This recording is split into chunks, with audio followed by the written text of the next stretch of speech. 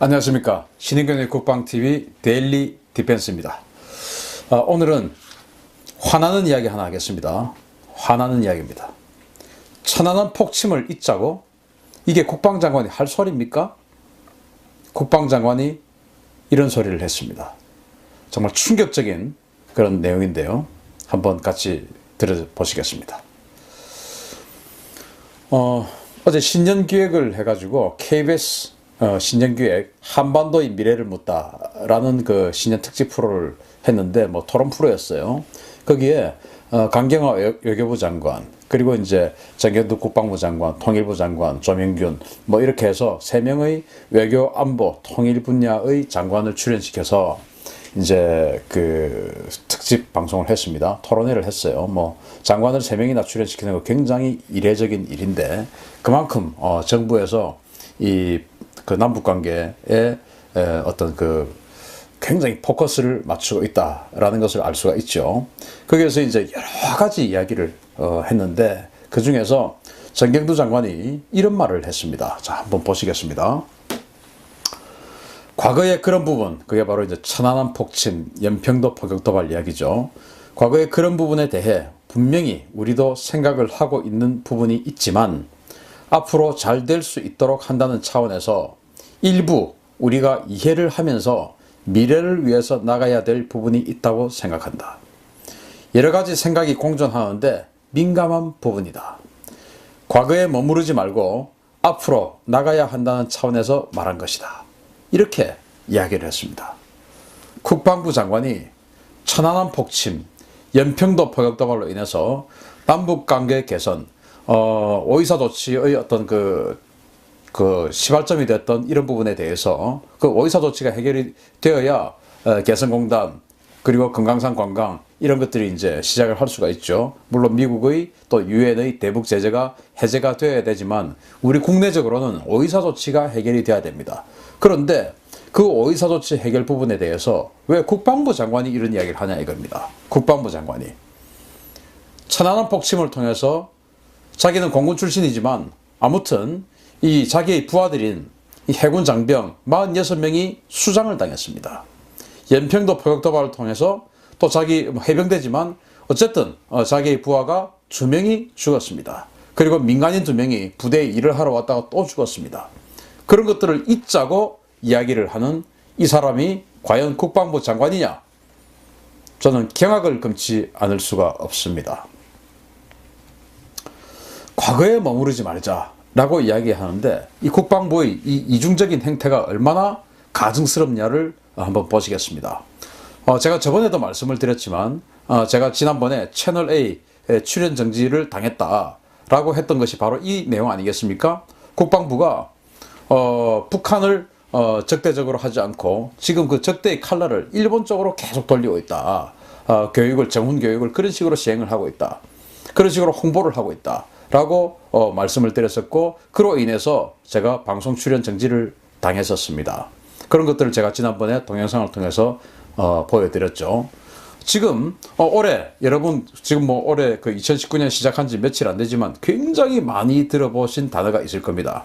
바로 3.1 독립운동 100주년 그리고 임시정부 수립 100주년 이런 이야기를 많이 들어보셨을 겁니다. 그러면은 그런 것들은 일반 정부 차원에서 하면 됩니다. 국방부는 국방 관련해서 튼튼하게 현행 업무에 종사하고 하면 되는 것이지, 국방부가 나서서 국방부가 국정홍보처입니까? 국방부 홈페이지에 가면 잊지 말자 항일투쟁 이러한 컨텐츠들이 흘러 넘쳐납니다. 흘러 넘쳐나요. 신흥무관학교를 굉장히 성역화하고 있는데, 국방부 지금 그 홈페이지 가면 신흥무관학교 물론 존중받아 마땅합니다. 항일투쟁을 했고 다 존중받아 마땅하죠. 그런데 그 신흥무관학교 출신의 절대 다수가 해방 후에 월북했습니다. 월북해서 그들이 바로 인민군의 군관이 돼서 인민군 장성, 군관, 장령이 돼가지고 우리 대한민국을 침략했습니다. 그러한 과거도 있다라는 것도 같이 알려야 되는데 그런 거 없습니다. 그냥 신흥무관학교, 오직 신흥무관학교입니다. 그러면서 우리 육군사관학교는 완전히 적폐로 몰아가고 있죠. 육군산업계 적폐로 몰아가고 있습니다.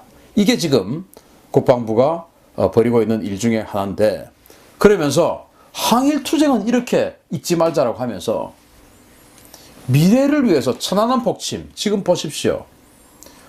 저는 이 평택의 해군 이함대에 있는 이 잘려진 천안함의 이 선체를 여러 번 봤는데, 볼 때마다 저는 가슴이 미어지고 눈물이 그렁그렁합니다. 속에서 뜨거운 것이 치밀어 오릅니다. 이렇게 수장을 당하면서 우리의 병사들, 수병들, 그 칠흑 같은 차가운 바다 속에 들어가면서 숨이 안 쉬어질 때의 그 고통이 어땠을까 생각하면 정말 분노가 치밀어 오릅니다. 그런데 그것을 미래를 위해서 이해하자라고 이야기를 하는 이 사람이 과연 국방부 장관이라는 것이, 이게 대한민국이 올바른 나라입니까? 지난 정권 때 많은 사람들이 그렇게 이야기하대요. 헬조선, 헬조선. 이거야말로 헬조선, 헬대한민국. 이거 헬까지도 못 가는 정말 어떤 단어를 갖다 붙이기조차도 민망한 그런 엄청난 치욕스러운 일입니다. 제가 지금 좀 흥분해서 목소리가 높아지고 있는데 이해 좀 부탁드리겠습니다. 북한이 그동안 우리에게 도발을 많이 했습니다. 그것을 제가 연도별로 한번 정리를 해봤습니다. 1950년대 6.25 전쟁을 발발을 시켰죠. 수백만 명이 죽거나 다치고 지금도 이산가족, 그리고 끊어진 소식, 실종자, 이렇게 해서 불행을 당하고 있죠. 지리산 유역에, 지리산이 엄청난 큰 산이기 때문에 그 일원에서 빨치산 활동을 했습니다. 1946년도부터 54년에 걸쳐서 빨치산 활동을 했죠. 많은 양민들이 죽었습니다. 1960년대 우리가 잘 알고 있는 1.21 사태, 청와대를 기습했죠. 1968년입니다. 또 1968년도에 울진 삼척지구 무장공비 사건이 있었습니다. 우리가 잘 알고 있는 이승복 어린이, 나는 공산당이 싫어요. 지금 강원도 일원에 이승복 어린이의 그 동상이 세워져 있는 초등학교 동상 철거하느라고 지금 분주한다고 하지 않습니까? 기가 막힌 일입니다. 기가 막힌 일이에요. 그 공산주의에 맞서서 항거하는 그 어떤 정신을 없애겠다라고 하는 겁니다. 이게 지금 나라입니까, 이게? 그 울진 삼척 무장공비 사건으로 인해서 우리 민간인 23명, 그리고 군인과 경찰관 38명이 죽었습니다. 토탈 61명의 대한민국 국민이 사망을 했습니다. 1970년 해경 863 경비함 격침 사건이 있었습니다. 1974년이죠. 바로 속초위의 거진 앞바다에서 오징어잡이 어선을 보호하고 있던 우리 해경 863 경비함을 북한 그 해군들이 에워싸서 포격을 해서 격침시켜 버렸습니다. 그리고 오징어잡이 어선 하나도 같이 격침시켰습니다. 그로 인해서 우리 해경 경비함과 어선 다 합해서 8명의 우리 대한민국 군과 경찰과 민간인이 8명이 사망했습니다. 판문점 도끼 만행 사건 뭐 잘 아시죠? 미국의 보니파트 중위를 비롯해서 많은 미군들이 몇 명이 사망을 했습니다. 그로 인해서 전쟁이 날 뻔했죠. 1980년대는 1983년 아웅산 폭탄 테러 사건이 있었죠. 우리 대통령을 암살하려고 했습니다. 우리 대통령을 암살하려고 한 것이 이거 다는 아니죠. 바로 1.21 사태도 있었고, 또 1970년대 유경수 여사 그 피살 사건도 있었죠. 아웅산 폭탄 테러 사건, 그리고 대한항공 858편 폭파 사건, 바로 김현희가 대한항공을 폭파시켰죠. 그로 인해서 우리 대한민국 국민 115명이 사망했습니다. 이런 일들을 자행해 온 것들이 바로 북한입니다. 그리고 1990년대 강릉 무장공비 사건이 있었습니다. 1996년이죠. 김영삼 대통령 때였는데, 이때 뭐 어마어마한 인원이 동원돼서 그 무장공비들을 찾아 나섰죠. 이때 17명이 사망했습니다. 지금 같으면 정말 경천동지할 그런 사건이 생겼겠는데, 20년 전만 해도 뭐 그냥 17명 사망하고 그것으로 묻어졌습니다. 그리고 99년도에 제1차 연평해전이 있었죠. 2000년대 들어와서 제2차 연평해전 그리고 대청해전이 연이어서 있었습니다.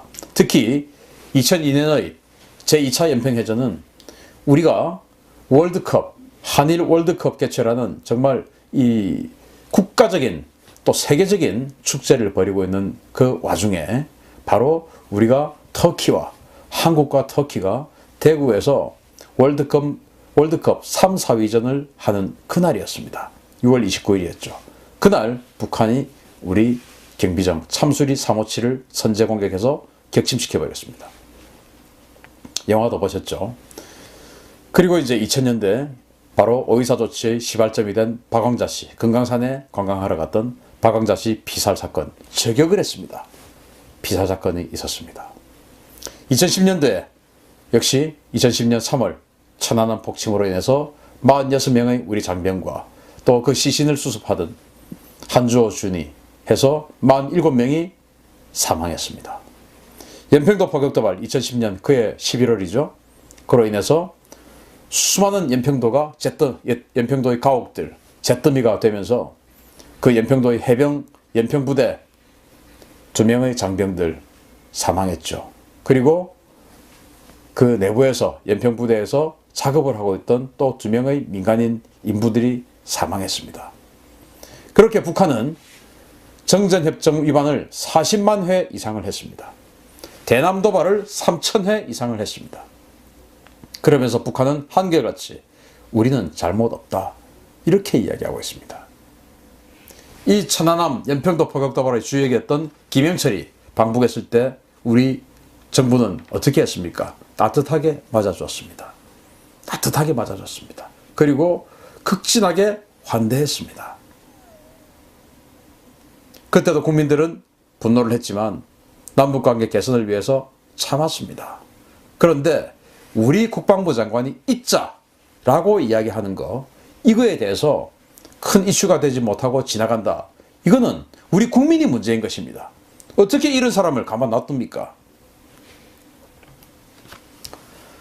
김정은이 이렇게 이야기하죠. 사과? 내가 잘못한 거 없는데 천안함 폭침 남조선 니놈들 국정원이 꾸민 거 아니야?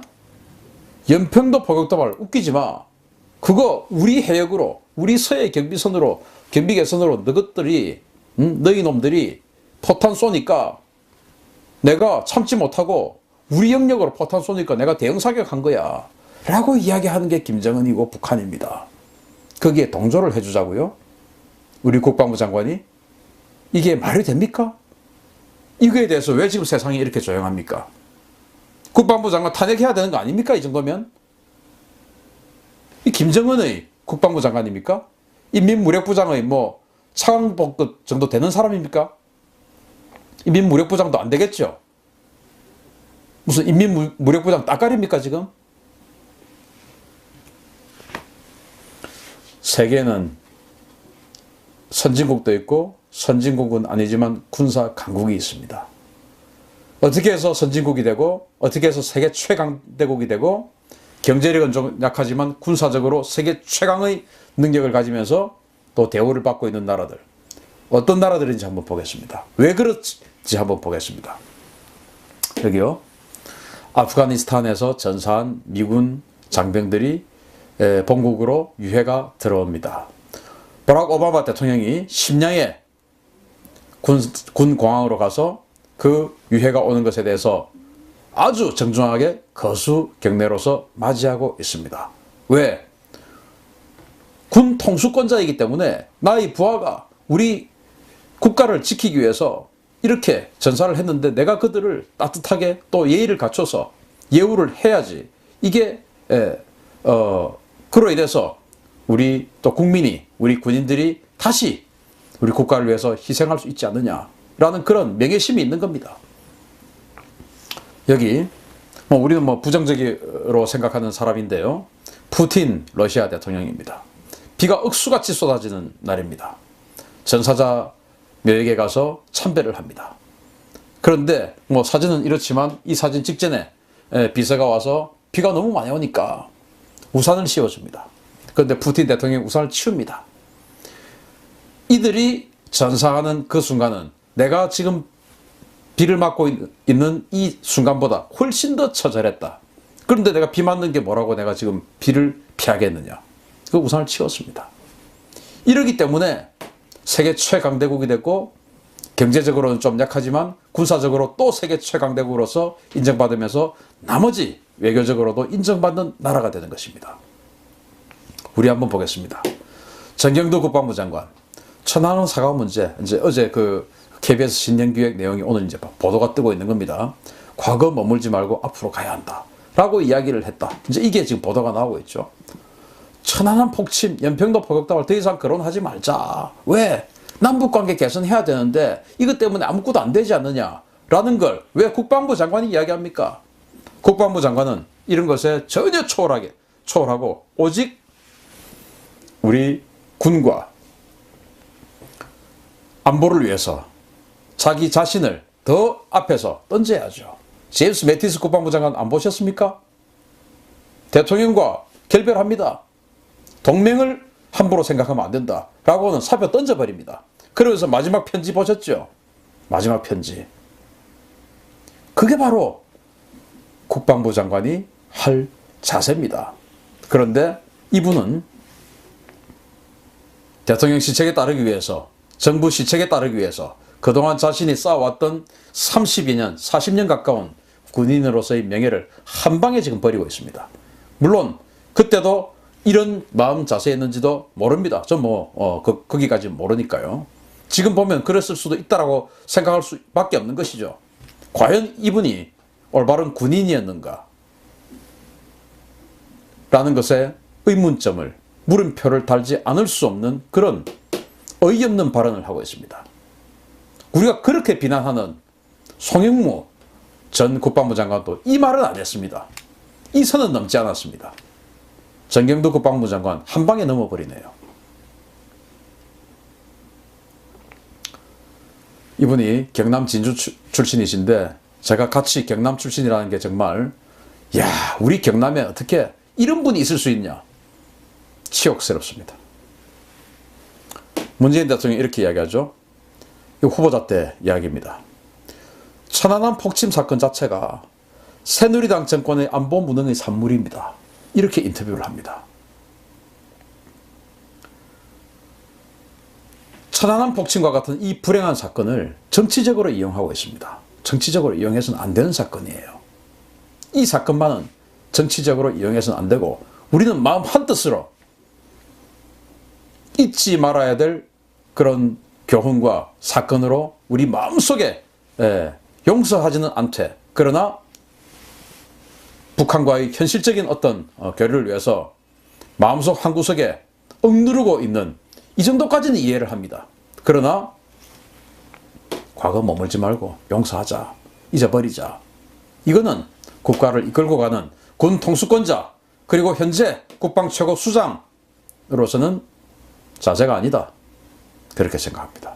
정말 대한민국이 세계에서 인정받는 중견 강소국으로 또는 강대국으로 발전하고 현재 강소국으로 인정받기 위해서는 이런 자세를 가져서는 안 됩니다. 우리 군인들의 그리고 국가를 위해서 여러 방면에서 희생하는 사람들에 대해서 절대 잊지 않고 기리고 보답하고 그것을 저지르는 상대에게는 반드시 보복하는 그런 국가가 됐을 때 국민들이 기꺼이 군 복무를 위해서 의무를 다하고 혹시나 유사시에 몸을 던져서 국가를 보위하는 데 앞장서고 할 수 있는 것입니다. 이런 위정자들이 이런 자세를 보여서는 그게 되겠습니까? 부디 저는 정경도 장관 같은 분이 대한민국 국군의 최고 수장이 되어서는 안 된다 라고 생각합니다. 그만두셔야 될 것 같습니다. 내려오십시오. 거기 계셔서는 안 됩니다. 우리 군이 너무 불쌍합니다. 제 아들도 군인인데 불쌍합니다. 내려오세요. 자, 국민의 희생을 외면하는 자, 국방수장으로서 자격이 있나? 자격 없죠. 정경도 장관님, 이제 장관 뭐 몇 개월 하셨고 또 군 인사 장성 인사도 한번 해보셨고 다 하니까 해보실 만큼 해보셨습니다. 이제 그만 내려오세요. 거기 계셔서는 안 될 것 같습니다. 우리 군대, 우리 대한민국 큰일 날 것 같습니다. 스스로 그만두고 내려오셔야 그래도 그나마 앞으로 성우에도 가시고 주변에 사관학교 동기들하고 운동도 하시면서 여생 보낼 거 아니겠습니까? 거기 오래 계시면은 아마 동료들하고 체력단련장 구경도 못 하실 것 같습니다. 빨리 내려오십시오. 신인균의 국방TV 데일리 디펜스 오늘 이렇게 마치겠습니다. 감사합니다.